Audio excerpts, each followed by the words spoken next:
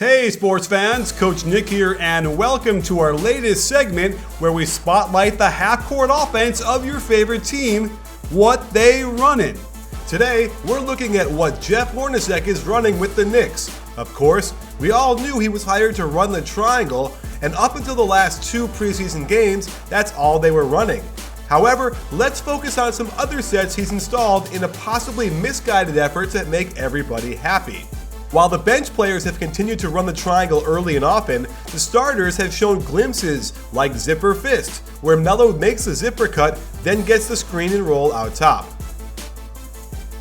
They also have their version of 5 out, where they space the floor, reverse the ball in the pick and roll, then find the open man.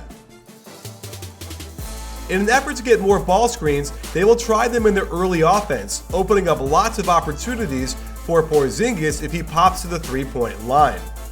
They can use Porzingis in a similar way but to set a drag screen. This will give him Draymond-style opportunities, and he's showing he can find the open man on the swing pass. And once again, the straight high pick and roll that gets enough room going downhill that leads to a Jennings floater. They also run a basic motion across the top with a weak side pin that flows right into a ball screen. From there, it's pretty free form, and the Knicks are showing signs of good weak side cutting. On this similar set, they just screen away, looking for multiple cutters coming off the pin away screen near the elbow, and this kind of motion gets multiple players sprinting across the court. On this progression of the same set, they get Melo pinning down in the corner, a triangle influence, and what appears to be a weave across the top. It just takes way too long for them to run it. You can see how quickly it stagnates, and while they do score here, it looks pretty clunky without any real movement.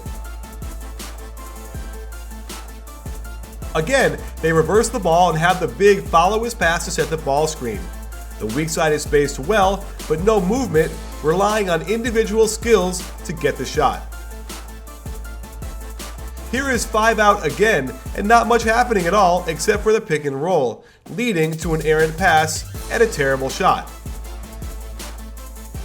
One more time, and this type of offense doesn't provide enough attacking opportunities, nor does it utilize any type of cutting or weak side screens, leading to extremely tough shots against defense that wasn't forced to work very much.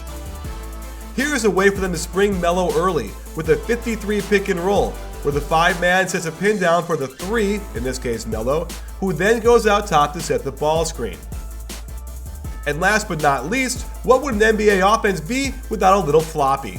Not a lot of side-to-side action, enabling the defense to zone off the lane and make it difficult for the Knicks without Melo in there to just grab the ball and score it.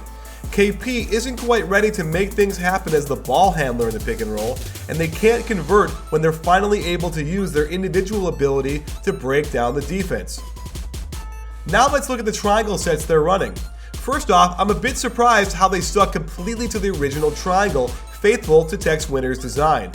I would have thought Hornacek would have tweaked some of the motion, but that isn't the case.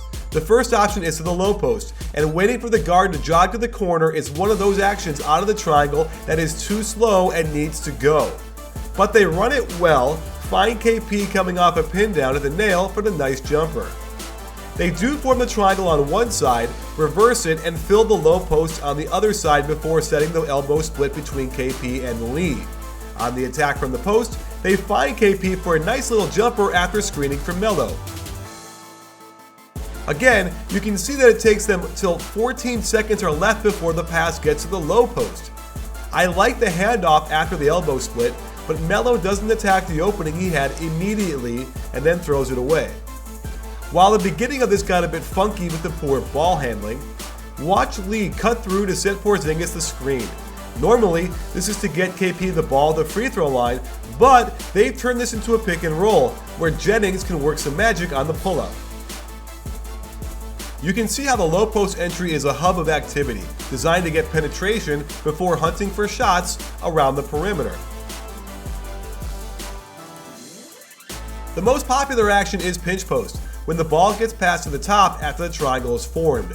Here, they run it right out of Texas playbook, all the way through with perfect spacing and timing, getting a chance to attack the closeout, but jacking it up instead. Here's pinch post to Melo, the play Phil Jackson envisioned when he first got there, enabling Melo to go to work from the high post and get free throws. And the guard can cut back to the inside of the pinch post, looking for an opening, making this action difficult to guard, at least near the free throw line. If you don't hit the pinch post, it triggers pistol action back to the right side. However, the offense dies once Jennings starts pounding the ball up top. That said, they are still able to find a bit of a two-man game on the left side, enabling a fake handoff to get them a layup. And the guard out top doesn't have to follow his pass outside of the pinch post.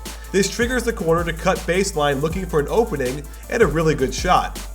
And here's an example of why the triangle can be so darn good.